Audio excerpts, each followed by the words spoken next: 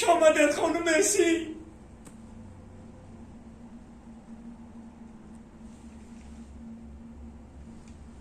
همدردیم را قبول کنید. من بسیار غمگین هستم. ما هم غمگینه. امروز بشکتش بازی فوتبال داشت. 3-0 بای داد. ایسو استادم جان داد. بالای سوختن مکام.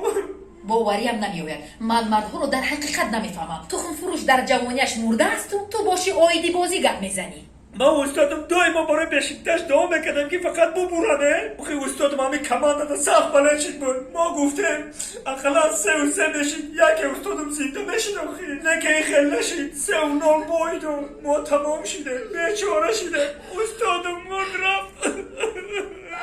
ایست. خدا به نزدیکانش صبر دهد.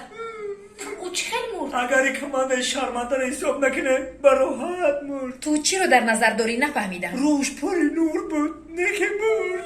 حاضر خوشبوتر میفهمونم. از خون روی مینه سر مرده است.